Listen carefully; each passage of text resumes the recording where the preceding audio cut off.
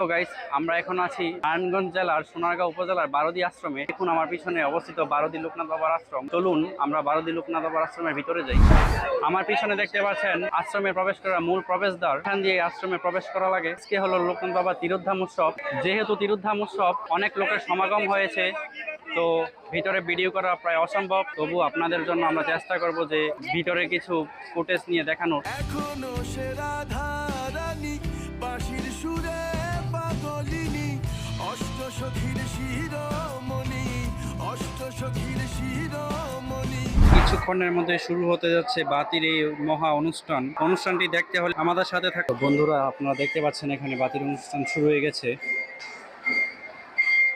এখানে আসলে অনেকক্ষণ বসে থাকতে হয়। আমরা দীর্ঘ 1 ঘন্টা যাবৎ বসে আছি এই প্রদীপ ধরিয়ে। তো ইতিমধ্যে দক্ষিণা দেওয়া শেষ হয়েছে, এখন শান্তির জল দিবে। শান্তির জল দেওয়া শেষ হলে আমরা এই প্রদীপগুলো ভাসাতে চলে যাব। এখন বাতির প্রপাত শেষ হয়েছে, দেখুন সবাই প্রদীপ ভাসাতে যাচ্ছে। এইদিকে একটা ছোট খাল রয়েছে, এই খালে সব প্রদীপ ভাসাতে। আপনারা দেখুন সবাই কিভাবে প্রদীপ ভাসাতে যাচ্ছে।